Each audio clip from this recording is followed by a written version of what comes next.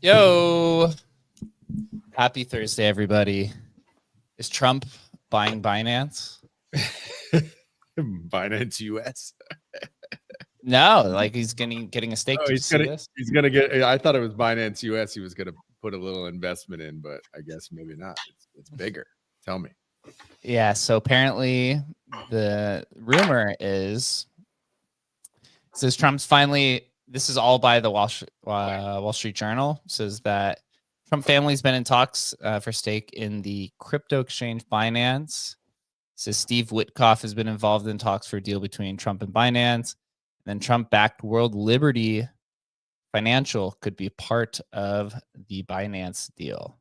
I saw that CZ announced. I don't know if it was a Saudi fund or whatever had invested. Bought 2% of Binance, right?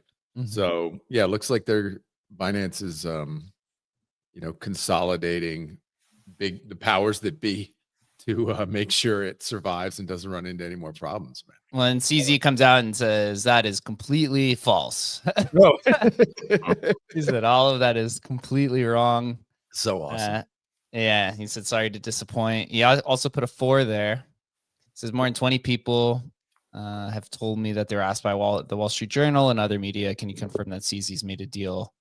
They're saying that CZ made a deal for a pardon to sell some of Binance. What a dude! Are you fucking kidding? That the Wall Street Journal said that? Jesus Christ! Bro. Legacy media, man. They're just coming after. I'm gonna say I doubt it's true if it's coming from the Wall Street Journal. But it looks like CZ just put it out there for everyone. Good to see.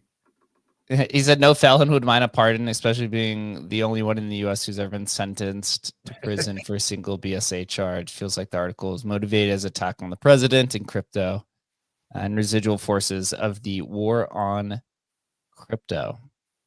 Brutal. That's good. Brutal. CZ coming out in full force. He actually goes.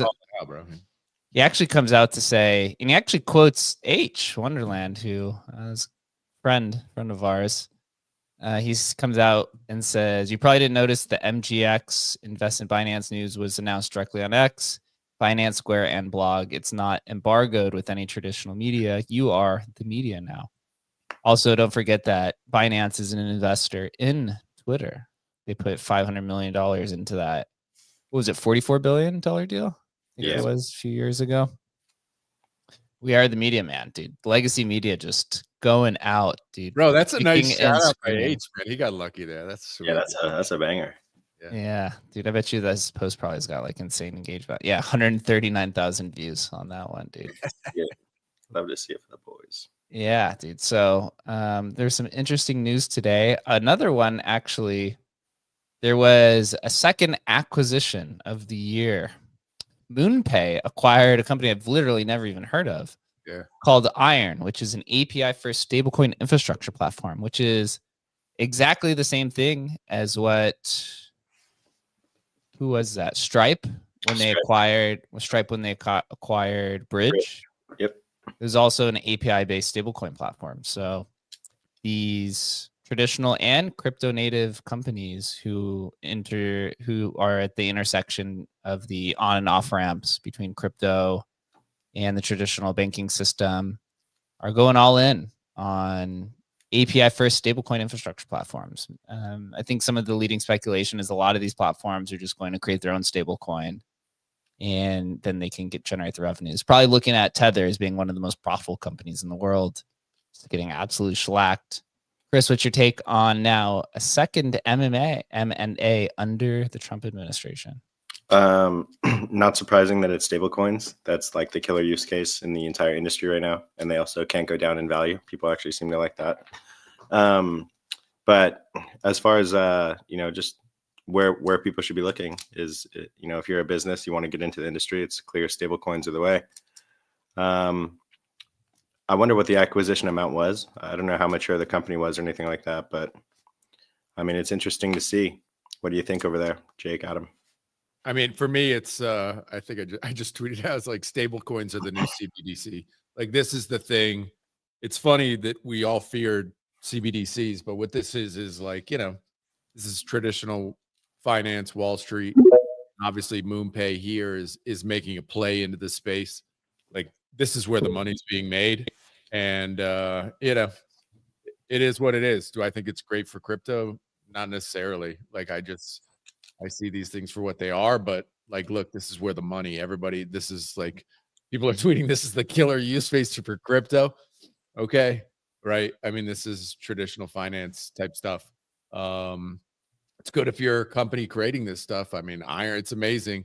Like, even the other one, the last one that got acquired, it's like nobody'd even heard or used this thing. But here it was, how many tens of millions, hundreds of millions of dollars changing hands for these platforms. So good on them. I don't personally think it's great for crypto, but it's great for the world. I mean, the ability to transfer funds globally for near free is great, but these are controlled entities. This is not, I mean, really, it's not even crypto at the core. Wow. Jupiter is on fire this year. Jesus. It says, so this company Iron, their account, by the way, has 123 followers on Twitter. Yeah. And how did they get quiet, dude? How much did they pay to convince X to give them the Iron handle, bro? Right. It's like so it says they previously founded a company called Ultimate, which was one of the leading Solana DeFi wallets that was acquired by Jupiter in 2024.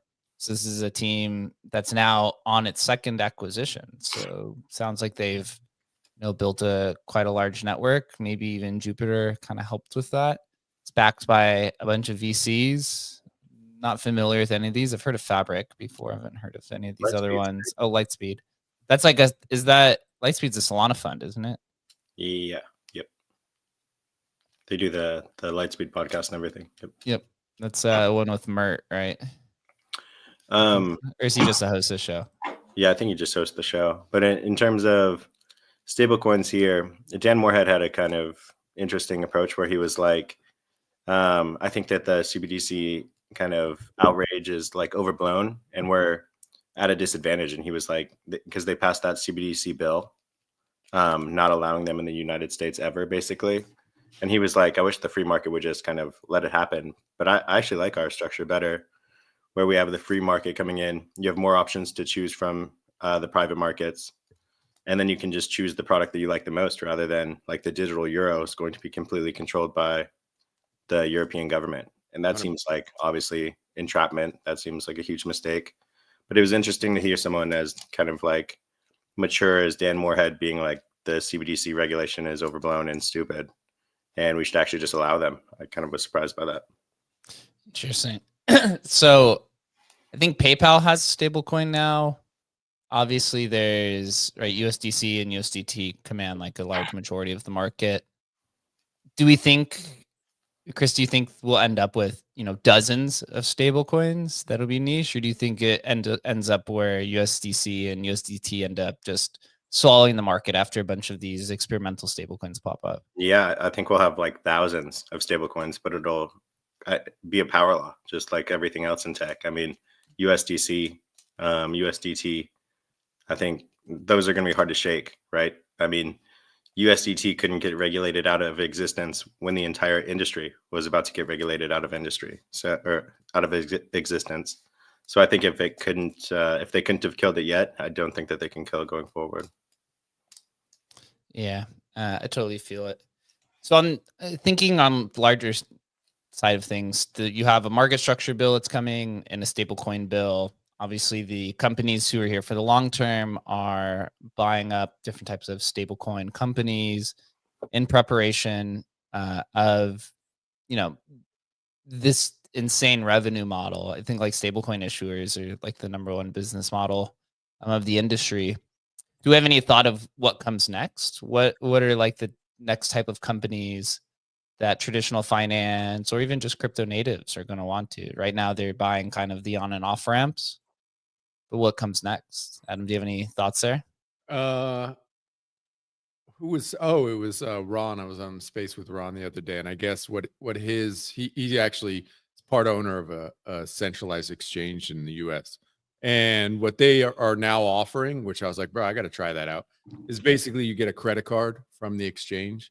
And when you're at like the Apple Pay, you're paying with your phone or whatever in the card, you can select what you want to pay with. So if you want to pay with whatever, Pepe, or you want to pay with Bonk, or you want to pay with ETH, you just select it there. It does the transfer, it does the exchange and everything, and you just pay. I'm actually very much of this idea, which is just along that line where you just pay with whatever you want to pay with, and the transaction, the exchange happens behind the scene. I love that idea. It allows me to own thousands of coins and not have to worry about what I'm buying or selling it with. So I'm bullish on that idea. I just think it's much more kind of crypto native, and meme coins are money. So I'm all in on that. MetaMask just came out with something like this with the credit card. Obviously, Fold is going public, which is a debit card, but also kind of getting into this, right? I guess you would say the combination of crypto and traditional finance. Chris, you have any takes on what type of industry may be the most attractive to traditional finance for M&A? In terms of acquisitions, I mean, like, what can they buy? Like, what have people built here? I don't know. Your options are quite limited, it seems. Sad to say, but I mean, how many mature companies do we even have? Dan Tapiero, he runs like 1T Ventures. He's like the only kind of like last leg financing for these big companies. None of them have gone public yet. So that's like Ledger. That's someone like Gemini. But I mean, all these are the biggest companies in crypto that have been around for 10 years. But they're not really viable acquisitions at this point. They're just going to go public. And there isn't like a real mid-range of companies that would be attractive, in my opinion. I mean, someone like Emblem is obviously pretty cool. Maybe some of these other kind of like lending markets. I don't know, like I would be looking at someone like Gandhi. That's pretty cool. But as no one really generates a ton of revenue. Here, let me pull up DApRater real quick. But what do you think, Jake? And I'll check out some revenue. Yeah, I mean, some of the questions is right. You have somebody like BlackRock coming in. You're gonna have Credit Suisse. The banks are coming in with stable coins. You have hedge funds. What I think about is, do these type of traditional finance companies want to build their own type of protocol? Do they want to compete in the crypto markets, or is it always going to be kind of crypto natives, right, competing for this? But then also, do they even have the skill and knowledge of the culture to even be able to build, these kind of decentralized protocols? Like, do you think somebody like a Fidelity could come in and build a fungible token bridge and have success, right? Like, is that something that they even want to? I mean, at the end of the day, what a crypto bridge is essentially it's like a remittance network. If you have money flowing between these blockchains, just like you have money flowing between these countries, a 0.3% fee on billions of dollars per day, right? That's something that becomes attractive. The market's not mature yet. But is that something that they just build, or is that something they just buy in? They just buy it, and essentially they're just buying the fees, is what they're doing, right? Because the protocol essentially is decentralized, or I guess depending on which bridge you're talking about, right? So, like for example, if a company came in and bought Emblem, if we had Emblem 2.0, it's like the protocol is sufficiently decentralized to where essentially they're just buying the fees, right? And then they're trying to build a business model on top of it. So. Something I just think about is I don't see them competing. I see them just coming in and buying things that are relative to their market. Obviously, crypto still needs to kind of grow. I'll pass back to you, Chris. What do you see on DApp Radar? I'm not seeing too much, but I mean, I guess OpenSea would be a good candidate. I mean, they were looking for acquisition. They're probably like the most mature company that they would cut a solid deal. What would you guys pay for something like OpenSea? 0.0. No, obviously it's got value. It'd be over $1 billion for sure. I don't think it has tremendous value though to like traditional finance. Like a marketplace to buy and sell NFTs to me is not something that would be acquired by a Fidelity or something like that. Much more along the lines of CBDC or stable coins, but that sort of thing where they can see it as a crypto product that they can plug in or promote in a new way to regular users. That makes complete sense, right? And I think obviously that's what we're kind of leaning into as well. What we're building is this kind of infrastructure that, yes, it doesn't have much traction now because crypto is so new, really. But once the world becomes tokenized, you see the need for this infrastructure play, right? And so we're at the first stages. It's like, stable coins are like the first step in my view. Yeah, the most exciting ones that I would see, something like Aerodrome, something like MoonPay, but these are all kind of like chain abstraction or kind of token abstraction, same kind of category that Emblem would be put in. So, I mean, obviously, this is what we're building. That's like what we're bullish on, but it seems like those would be the ones that would kind of make the most sense. Maybe Paxos. If you were a big bank, you can buy Paxos, but I mean, in terms of acquisitions, there's just really not that much to buy. Here, we'll go one layer lower then. So if TradFi is not going to come in and buy the stuff, or if they're just interested in buying something like a Coinbase, right, or trying to take it, or something like a Kraken or something like that, then it's essentially the exchanges are essentially kind of like the TradFi for sure of crypto. So as the crypto markets mature, what type of products do you think exchanges like Coinbase or Kraken or even Robinhood would be interested in buying next? Is this to me? I mean, I'll pass it to you. Either Adam's drawing a blank. Yeah, I just think it's the same. I mean, these are the infrastructure companies of crypto, right? You have different individual blockchains and they don't communicate with each other. So the biggest unlock in the entire industry is finding companies that allow communication between blockchains. And that's all these kind of chain abstraction, token abstraction layers like Aerodrome, like Emblem Vault, like all of these things where, you don't have to go to a centralized entity to kind of communicate cross chains or transact cross chains. And so we're building in that direction. It seems like the most obvious to people like us that's like the biggest kind of unlock of the industry. And I think that if I was a Coinbase, that's what I would be trying to acquire. Yeah, it's going to take a little bit of time. I mean, I think it may happen this cycle. And we've talked about this a lot offline, but I think it may happen this cycle. It's just a question of if these big players want to get it before it's completely needed and fully realized, or they want to get it after. And the price is going to vary heavily. If they go for the after once it's fully realized, which is often a lot of times like we're seeing right now with stablecoins, right? It's happened because it's already happening. They're now they're buying because it's fully realized. There's basically zero risk. It's happening legally in the States, right? So in a lot of ways, like the chain abstraction layer, we know it works. There has been product market fit. It's needed, but will the big players acquire that now or once it's like fully realized? And, traditionally would tell me fully realized, that's when they're going to do it, but they're going to pay a whole lot more. Right. It's going to be a gigantic difference. Yeah. Gigantic difference. Right. What would it cost to, acquire layer 0 today? Or what's it going to cost to acquire layer 0 once this is fully, like, it's the difference between $1 billion or a couple billion and hundreds of billions, right? Yep. Yeah, layer 0 raised at a $2 billion valuation. That was basically before there was even much of a product, right? Exactly. I mean, you think of like Emblem, for example. I just use it because we're on the team. If we fill out the vision of essentially you're like an Amazon, right? You're like a programmable Amazon of crypto. Like, what is the cost of that? Like, there is also a point where you become the acquirer of other assets, right? Like, we always have this conversation. If Emblem grows large enough, then we just start buying other things, which is very possible. So it's just something I think about, because the exchanges are becoming essentially TradFi. Although Coinbase has built Base, which is smart, because they probably saw this vision where they're like, we can't just not have on-chain products, or else we're just going to have to buy all of the stuff. So they went the other route and decided to just build most of it. And today, this morning, I don't know if this is a rumor still, but Coinbase Ventures plans to lead a Base ecosystem group on Echo, which is Kobe's crowdfunding platform, which we sold 10% of keys on as well to the Feisty Doge group, which was Path's group. So we have experience on Echo.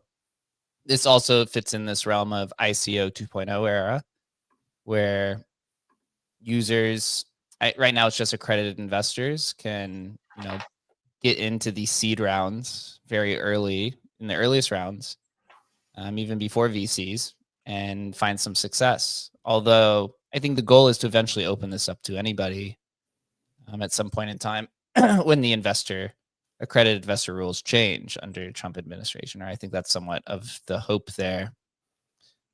What's our thoughts? What's your guys' thoughts on Echo? I think this is would be the biggest investment group on Echo's platform to this day. I think it's ICO 2.0, bro. I think we're here. Like this is like, there's going to be I think this is like really going to be big this cycle, where we're going to get this, like, people, businesses, it's like just ICO 2s, man. This is like the new modern. It's going to be real businesses and real stuff, not just like, well, there's always going to be vaporware. There's always just, here's my idea, and people throw $1 million, $10 million at stuff. That's always going to happen. But I'm just excited for this. This is the vision of ICOs originally. Legit companies like what Kobe's doing, legit investment arms. It's fantastic, bro. This is like, I love this, man. Yeah, I mean, Coinbase has the best deal flow in the entire industry. Coinbase Ventures is, a massive investor in pretty much every major company that's ever come across crypto ever. So, I mean, they're really good at playing their strengths here.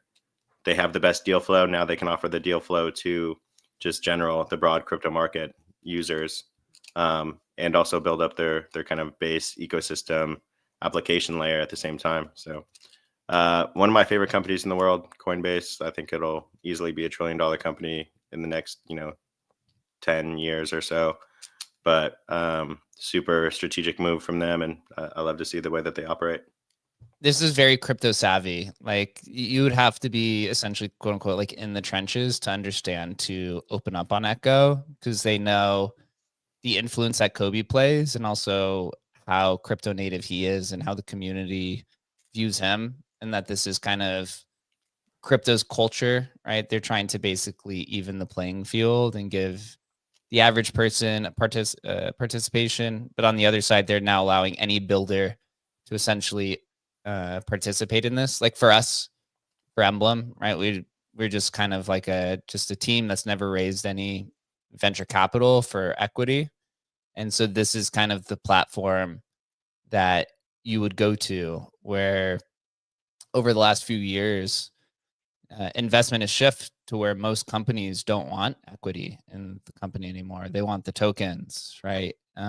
Some people, some of them do both, but as you're starting to get, at least this last cycle, more liquid funds entering the market, right? They don't want equity. They want to be able to move in and out of tokens as soon as possible. So this is great for builders. They even go on to say in this post, they actually posted this 20 minutes ago, making it an official announcement that I guess Kobe didn't even know. But wow, it's real. A little trolling, man. He's like, "What the fuck is this real?" Yeah. That's awesome. Yeah, that's what I said. Like it looks like so they reached out to him, unless he's just like I think he's just playing. Yeah. Unless he's just playing around. But like that's even more credit to Coinbase if Kobe didn't know, where they're just making this decision without even talking to him because they know the kind of credibility that it comes with. So props to them. That'll be exciting. There's probably then. If you don't think, dude, this is incredibly bullish news, dude. If you don't think we have not seen the top of this bull cycle is gonna rip, bro. I mean, this is like, I'm telling, this is incredibly bullish news, man. Imagine if this came out in 21, dude. It'd be, dude, this is off the chart bullish. Like, I realize the market's fucked, but damn, this is incredible, dude. Yeah, everyone's altcoins went to zero. But also, everybody's at zero. There's no money left to invest. When they're saying the institutions are coming, they've been saying it since I've been in the industry. I've been saying it for a while. This is literally like, this goes to our point. Like Coinbase is the institution now, right? They're a publicly traded company. Like they're here and they're going to lead the way. Also, all of these different companies that are acquiring, we talked about this yesterday, acquiring Bitcoin, like doing the MicroStrategy kind of approach. This is great. So, we'll see what happens there. In other news, but kind of on the same note, Lit Protocol, who is the Emblem 2.0 infrastructure provider, announced a token today. It's called Lit Key, which is pretty exciting.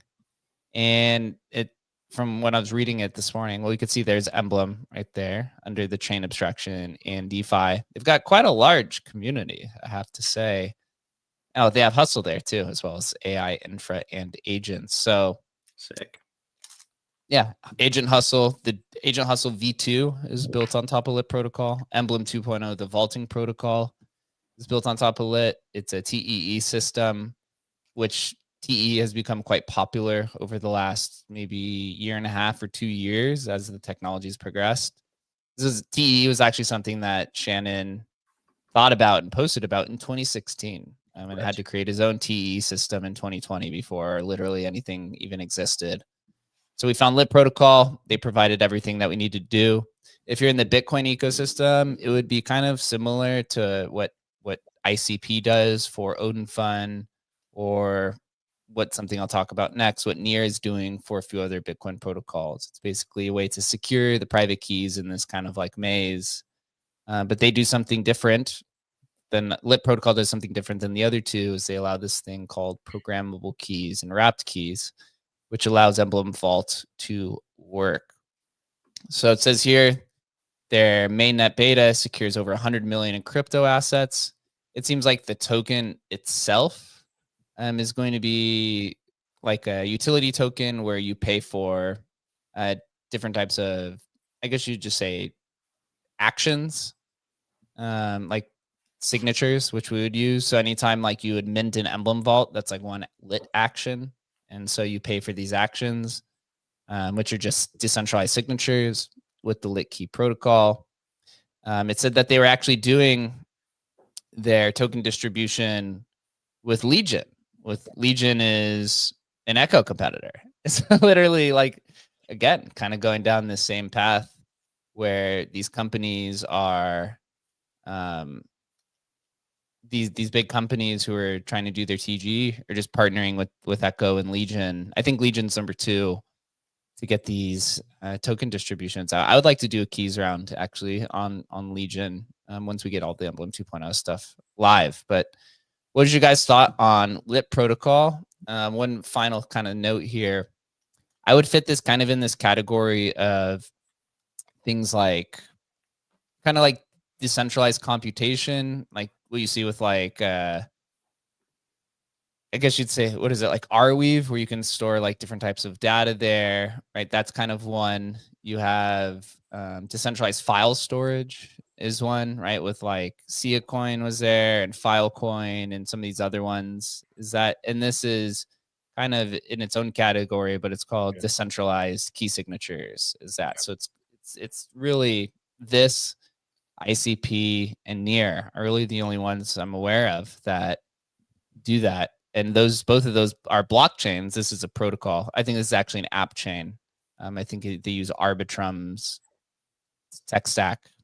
But both of those other two protocols are layer ones that are literally 2-3 billion each. Yeah, what do you think? What do you think here on all of it, Adam? I think it's obviously for us, it's been amazing, right? Just to give people who are listening kind of like the smooth brain version of what this is. As far as I understand it, and it's obviously not completely correct, but the way I think about it is we've talked about like decentralized node networks a lot. If you think about that there's just basically, this is computers sitting all over the world, decentralized computer network. And each one of those basically can generate keys. And you need like consensus of those nodes to, issue keys and that sort of thing. That's the way I think about it. So, they'd say like the hardware itself is the risk. Like if you're physically in presence of that hardware, you could compromise that hardware, right? So the idea of this node network is that these are geographically dispersed across the world. So, if you wanted to compromise a key, you would need to have, X number of people in compromise X number of locations at the same time. So that provides the security. Is it 100% secure? Like nothing's 100% secure, right? But this is like a really, really good strategy for, decentralizing a node network, relying on the hardware itself rather than like a software. So that's kind of how I understand it. And obviously for us, it's massive. I think it's just getting started. Like what's going to happen with agents, independent agents, and it allows you to basically create agents inside of these TEEs, which are completely autonomous. We haven't even begun that discussion, like where that's going to go. So there's a lot of room for growth for Lit. Super excited for those guys. And obviously we're going to be taking, very much part of this because we're a huge part of their network right now, which I'm sure will get smaller and smaller over time because I just think this is a lot of use cases. So yeah, pretty excited for these guys. These are good guys. It says Lit key launch will precede Lit's V1 mainnet. Aside from the token, V1 will introduce several new features and improvements, including agent tooling in an app store, faster ECDSA signing, that's wallet signing, DSCSA, PKPs. You get a lot of these kind of acronyms. Scaling subnets. So subnets are quite popular in the AI world. I believe BitTensor has a bunch of subnets, which are starting to take off, and then running different types of computation. So they are leaning a little bit more into the AI side of things, although they help us with Emblem 2.0. And I know Shannon's been very pleased with everything that they've done there. Chris, in terms of maybe this even kind of new sector of, decentralized key signatures, or you just call it TEE networks with ICP, Near, Lit protocol, I'm sure they won't be the last. When you look at some of the previous categories that had come that were, something of like an infrastructure token of like decentralized storage, right? Or decentralized computation. A lot of these tokens go up quite high because maybe it's because the vision of it sounds good, right? But the use case is mostly for builders. It's less for retail, more for builders, which mean kind of more value to the system. What's your take on, I guess you'd say Lit protocol, but also just kind of maybe this market that's forming with this token? Yeah, I mean, I think Lit is great. We met with the team down in Denver. We had a good time with them. Great to finally kind of connect with them and see what they're all about. And, the way that you would think about a protocol is, how big can it get based on how often it will be used.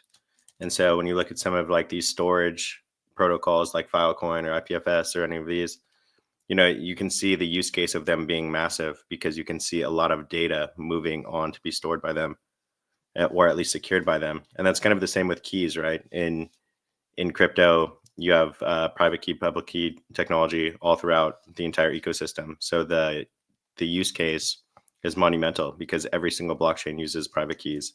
So key storage is front of center as the industry continues to grow. And I mean, Lit is incredibly well positioned. You know, it's not too often that you can find an infrastructure company that actually provides exactly what you need. And it was like a perfect partner for Emblem. So, I mean, it was great for us, and it was great for us to find them as well. And now we can kind of just continue to grow together. So pretty excited about it. Yep. It looks like, so they have 16% going to investors, 6% for the public sale, which I assume that's what they're doing on Legion, 3% for private sale, about 5% for ecosystem airdrop, which goes to basically all the builders and people who participate in their ecosystem, 29% to them, and then 41% they're saving for ecosystem initiatives, which I'm assuming is just grants and different types of programs to attract different types of builders coming on to the network. So props to Lit. We will be following this. I will be posting about it quite often, as they are our main infrastructure provider. Kind of in a new small note, the Mooncat rediscovery was yesterday. Is that already 4 years ago? Is that what happened? Was that already 4 years ago? Adam wrote a book about Mooncats. You know, I was a big Mooncat guy. It's literally still my PFP. Historical NFT community, man. I saw somebody actually bought like 50 Mooncats yesterday, or 70 Mooncats or something like that. They're still stuck at 0.2 each floor. Like literally the longest consolidation I've ever seen for an NFT collection. But Adam, what's your thoughts on historical NFTs, man? Are they officially dead, or are they ever going to come back? I think they're probably dead this cycle. I don't think we get a rip in historical NFTs this cycle. I could be wrong. I think there will be kind of maybe minor pumps here and there. There already have been, whatever. I don't know. Realms of Ether, you know, Amson posts a Realms of Ether pick. That's kind of wild. They jump 3x, you know, that stuff's always going to happen. But look, this stuff has not, NFTs obviously have not kicked into mainstream adoption yet at all. And so until that happens, the HNFT thesis is probably going to be put off for a while, which is fine, dude. I mean, we joked about it in 21. Like, you mean you're going to need to hold for 10 years, or I'm holding for 10 years was kind of the joke. But I think it's probably going to be true. You know, you just gotta sit on your hands and just, you know, buy. I still, like, once in a while I'll buy like this or that when it gets like super low. During the bear, especially, I swept some stuff. But you got to have that thesis still, and you know, the number of us who have that like thesis in our hearts and like really have it is like literally, it's like 200 people in the world probably, or less. You know, so we're very early. If you want to still get into HNFTs, bro, you got time, man. I think you got time. Yeah, there's always a time to accumulate there moving forward. Today is Curie Cards Day too, by the way. I just remember how crazy, excuse me, how crazy that time was, and that's so what awesome. Obviously led us to Emblem. Dude, it's so awesome. I mean, it was literally like, I mean, Mooncats get all the credit, but the day before Mooncats, there was Crypto Cats was the you know, early contracts for Crypto Cats. That's the one I did first. Like, that was amazing. Mooncats were just next level. I don't know why exactly they were next level. Maybe because there were so many more of them. So it got in a lot of people's hands. You know, they instantly ripped. People were flipping them. You know, it went crazy. And then Curio was literally like the next day. Just bonkers stories, crazy stories all around. It was literally just completely changed not only my life, but your life, so many people's lives this week in crypto history was it was amazing, man. Yeah, good times to say the least. I don't know. Have you guys been following the Taproot Wizards drama at all recently? I know we talked about it a little bit yesterday. They lower the price? I know that was up for debate. I was like, there's no way they're lowering the price. So Quantum Cats have fallen even further from yesterday. Wow. They're down to 0.12 now. Bitcoin. They were at 0.21 right before the announcement. I I did not catch the. I don't know. Did you guys catch the Quest 5 spaces yesterday? I didn't see a that. little of it, but I didn't. What do you know what the Quest is? Did you hear what they're supposed to do? I did not catch the details. I dropped off before I got because I wasn't gonna. I'm definitely not doing it. So yeah, I don't know. Yeah, well, I guess whatever the Quest was, people are not interested in that because it looks like people are selling their quantum cats for Bitcoin puppets and node monkeys because node monkeys are up now. They're up to almost 0.05 Bitcoin, and Bitcoin puppets are back bounced to 0.04. I did see yesterday that there was like 5 or 6 alien node monkeys that sold. I think it was the same guy who had bought these alien node monkeys for like 5 Bitcoin, 4 Bitcoin. He just took like a few $1 million loss on that one. Bro. Not bad. Not bad. Not bad. I mean, I know somebody flipped one, right? They bought them for whatever, 0.6 and then sold them for 0.8, a couple hours later. Good for them, but yeah, some guy took a bath on those babies. A little 20K flip. In terms of some progress, yesterday, Rune Mine announced something called Rune Shot, which is a own fund competitor. Whoa. We had these guys on, didn't we? Yeah, we have. But they're using Near instead of ICP. Yep. So apparently here when you read it, they're taking a little bit of a jab at Odin Fund, where they say that it's all completely on L1. They're going with that approach. Our approach, a bonding curve model for runes living natively on Bitcoin L1 with a heavy lifting on the Near protocol. Why Near? Because it offers gasless transactions, fast finality, and account abstraction, making cross-chain participation and onboarding both silky, smooth, and secure. So now we have another Odin Fund competitor. There's also one on Arch Network, which we've had them on, right? Funky Bits as well. Yeah. Chris, you think Odin Fund has just ran away with it? They already came out and they're just getting so much attention that it's going to be tough for any of these companies to catch up with them? Or do you think there's room for multiple of these launch pads? I don't think they ran away with it at all. I mean, they have like a couple tens of thousands of users, maybe 10,000 steady users if they're lucky. So I mean, I still think it's open, open to grab. But is Rune Mine going to be the one to do it? I don't know. We'll have to see the product. But I don't think anyone's ran away with the whole like cabal so far. Funky Bits, we'll see what happens when everyone gets to market. But being first to market is definitely a big advantage. But I mean, it's hard to say in this industry. There's so many flash in the pans because staying power is everything, and it just kind of depends on what you're willing to do to reward your users and how much marketing you can put out to kind of get people in the product. Yeah, it looks like on Odin Fund here, there's a new token that's ran to 4 million in its second place called BitCat. I saw some people talking about how this is the Asian community behind it, but these volumes are still quite low to where you can have some competition. I did see Bob post about how they've been having some issues with indexing, I believe was part of it, deposits. So they're still also kind of going through their growing pains. It's hard out there, bro. It's hard. I mean, dude, who wants to use it? It's just, man, rough, bro. Nobody's rich, right? Like, who's buying me? I mean, even me and you, right? We saw, I don't know, the Grok token is like, do I want to spend Sol? Not really. It's like, nobody's rich, bro. We need the whole market to go up to give these products, a real shot. And it's just rough, man.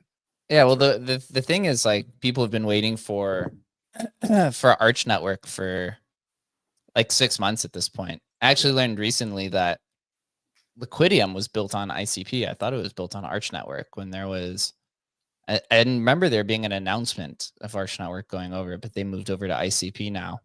ICP is starting to pull some of that attention away. Although I feel for him because obviously, right, with our migration, it took a lot longer than we expected. So, you know, with building, it's always hate in chat when everyone's like, what's the ETA on this? I'm like, dude, you can never put an ETA on anything nowadays. It's 1,000 years, bro. And to say it comes when it comes, right? At the end, kind of at the end of the day there. But there was something else I saw in terms of, excuse me, I'm like all coffee today. In Doginals, there was like some progress recently with Doge OS, who also raised on Echo, which is kind of funny as well. They actually raised $8 million. No, what they raised, bro? How much did they raise? So Doge, I don't know. It didn't see, but Doge OS is built by the My Doge guys, and I think they're building something like an Arch network, but for Dogecoin, at least is kind of my understanding. I tried to get them on the show, but they didn't respond. And yeah, I was looking at my Doginal bags the other day, and they're literally like, it's like so far to zero. You never look at your Doginal bags, bro. Never. That's the rule. You never look. Oh, never open that fucking wallet up, bro.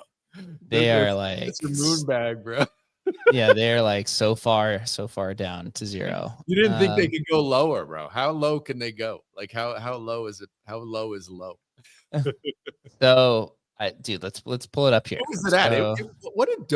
What did Doji run? Did Doji run to 100 million? Dude, ran to like $5. Ran to 100 million. Yeah.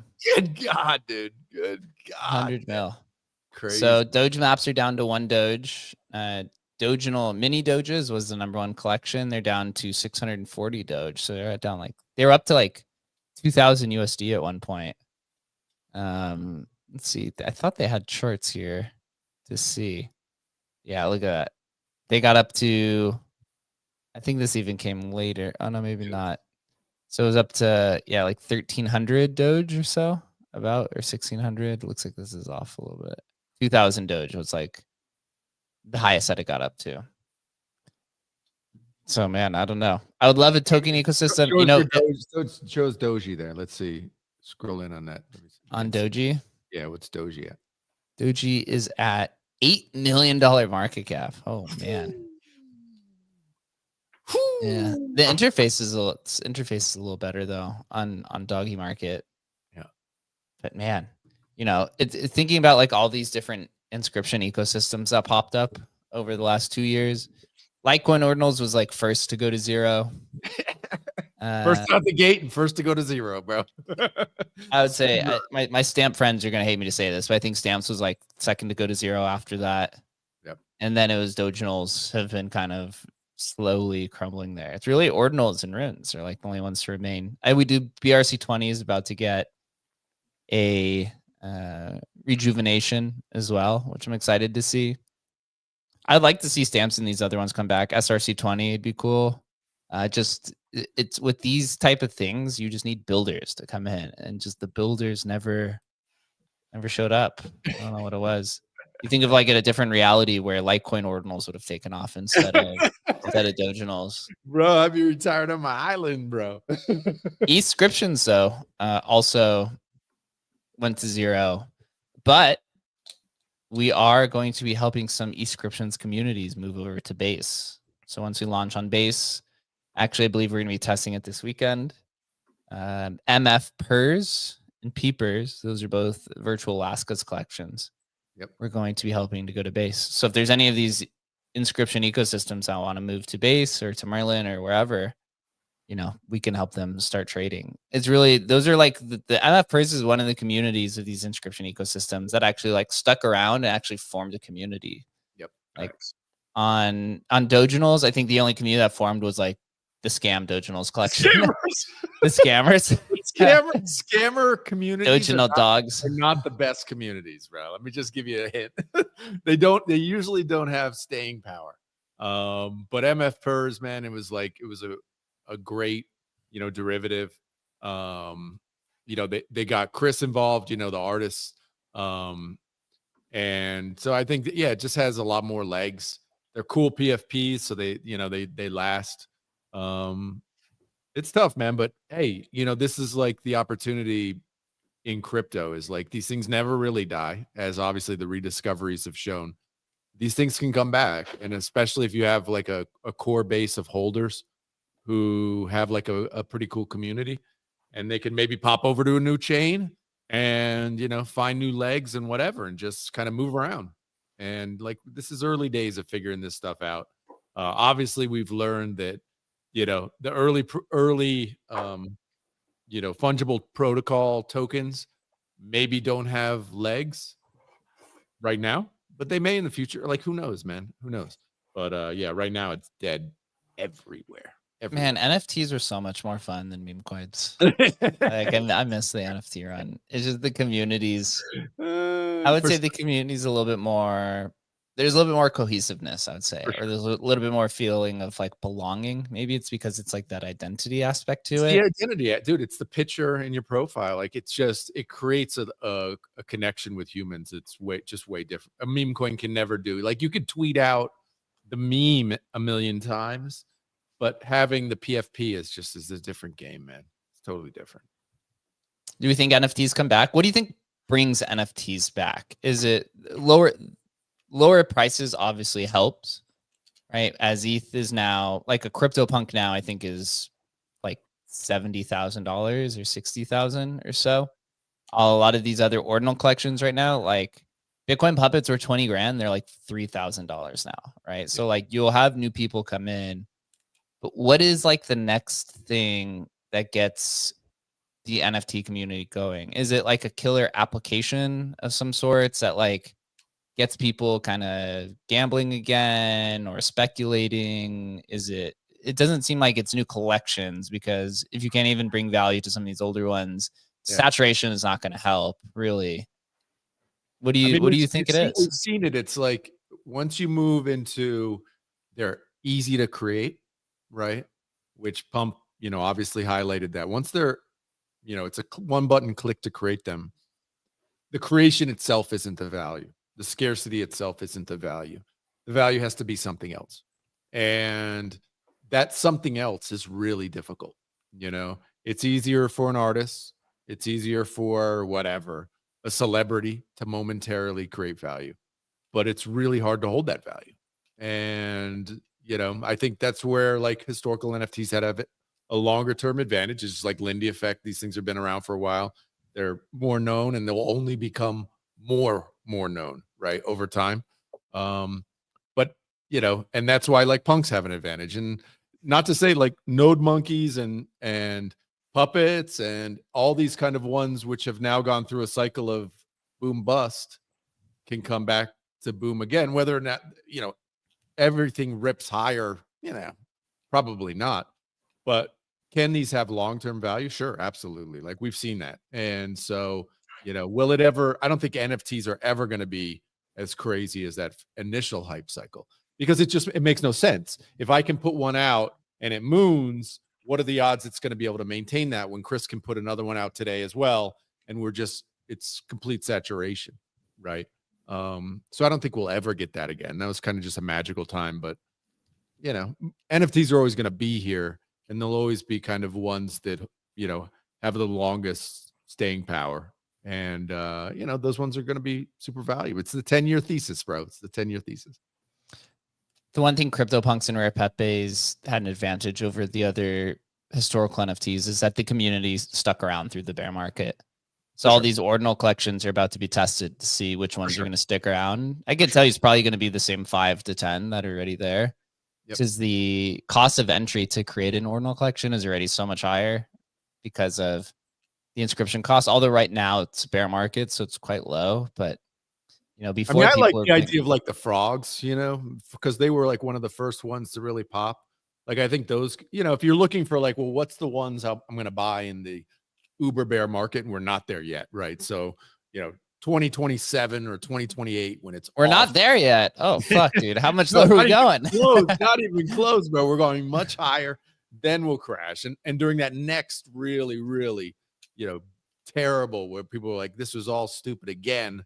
You know, what are the ones that could, you know, completely rip? You know, I don't know, like the early ones which have like nostalgia to them. Like, think about that when you're, you know, crafting your strategy for the next cycle. Chris, what brings NFTs back? We need to create some new animals. Let's so we can get some hot collections going. But honestly, I think NFTs, they're just a function of crypto wealth and how much money is in the ecosystem. And so the less money that's available in crypto from crypto natives, the less money that's available to spend on crypto native entertainment and kind of assets like NFTs. So I personally think that we will bubble again. I think NFTs are kind of hot for that. I don't know if it's right now. I think it is kind of an end of the cycle thing, but I think people love to be part of communities and people love to find like different types of identities. And I mean, it's hard for me to say that only 5% of the world's in crypto now, maybe 10%. And we don't have a massive NFT bubble when another 20% of the world gets into this community.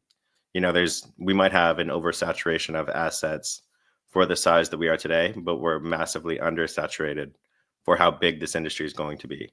And so do we need more polar bear collections or more kind of Shiba Inu collections? I'm not sure, but there's plenty of brands out there that are worthy of, cult followings that would do well in NFTs and things of that nature. So I think just the building blocks are here. We need more money in crypto and we need more people. But I think the NFT kind of like business model or just kind of as a segment of the industry, I think it's really, really obvious and ripe to be a huge part of the future. So you're telling me I'm going to get a Charles Schwab 10K PFP collection in the future?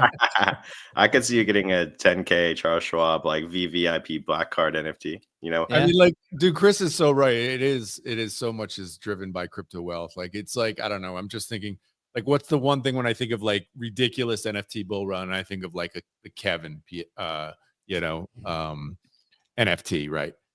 Like, do I have any question? Like, I almost picked up a Kevin like during the last bear, but it was still like 2 ETH or something. I was like, ugh, But do I think Kevin, that stupid NFT, is going to have tremendous value long term? Sure, like 1,000,000 fucking %, dude. Because that's anybody who lived through the 21 bull run, remembers fucking Kevin. And me having Kevin is going to have some value. Like, there's no way that ever goes to zero, right? So, yeah, that's the fun shit, man. That's awesome. I agree. So we just need a killer application. We need something to unite all of the cross-chain liquidity and to have fun and to, experiment. But I think we'll wrap it up here today. News is light, but really this is the time. Most dead that you've ever seen the industry? I feel like we've said that before, but is this the most dead that this industry has ever been? I don't know if it's, dude, the 2019 bear market was like, that was literally crickets. The reason why I say that is because in terms of like new entrants, I don't know if there are any. And even crypto natives are completely worn out. Like, I looked for spaces. I like to go on spaces. Sometimes I'm at the gym or something like that. Like you said the other day, the top crypto space has like 30 people in it. Yeah. So there's no new people coming on crypto Twitter. Everyone that's been on crypto Twitter doesn't want to fucking come here anymore at all. And so it's like, is this the most dead that crypto's ever been? I could make the argument that it probably actually is. On a relative basis, yeah, you can see that, yeah. Just in terms of like excitement, in terms of people that are actually looking forward to being in this industry, it seems like it's at an all-time low. Yeah, we're at the lowest point of like why crypto. Yeah, like we've always had a why crypto, and now that Bitcoin's been completely corrupted, it's like, why are we here for freedom money? We're not here for freedom, NFTs. What are we here for, right? And so the sentiment is brutally bad. But the industry has never been stronger. Like, that's right. That's the crazy thing right now. This is like the most strength the industry's ever had, combined with the worst sentiment ever. But for crypto natives, it's like the lowest it's ever been, probably. Yeah. And for crypto outside of crypto natives, it's never been bigger. Yep. What a dichotomy that is. How does that work out? Don't let them shake you out of your bags. That's all I'm saying, bro. I will never be shaken out. I'm riding my Doge to zero, bro. But we are some of the few left. So props to you guys for some of the few left once again. Really, I think it's AI that builds us out of it. I mean, if no one's going to be around, then you're just going to have automation, right? And you're going to have these different agents that people can communicate with. And at least give the appearance that it's full of humans. And are you saying and that this industry is so stupid that we need to create artificial players within the industry to see? Possibly. Crazy. There is still this thing called gaming, which people tell me that humans love, and crypto fits perfectly into. It just hasn't happened yet. There still are the things on the horizon that just should be crypto native and aren't yet. So yes, I still think there's a ton of bullishness out there. We can't find any users, so we have to create them through artificial intelligence.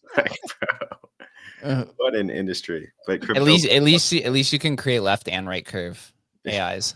Yeah, for sure. Does some meme corners. We'll wrap it up here. Appreciate everyone who's joined us. Again, that wraps up another fun week. We host a show Tuesday through Thursday, 11:30 a.m. Eastern time. Next week, we're actually hosting Zeneca. I got him on the show. It's going to be a later show on Wednesday, so that'll be at 6 p.m. Eastern time. So Adam, it might be dark by the time we finish the show over in your place, but excited to have him on. That'd be pretty cool. He was offering pod spots, and I don't think I've ever actually talked to him. We haven't. I thought we had him on before. I've been on shows with him. I don't know. Must not have been here. I don't think it wasn't here. No. Cool. So cool. Expanding. So that'll be a big show next week. Until then, everyone, enjoy your weekend. Stay safe out there. Again, this is where you find the next 1000X is in the times like this where no one's paying attention. We'll see you next week. Later, guys.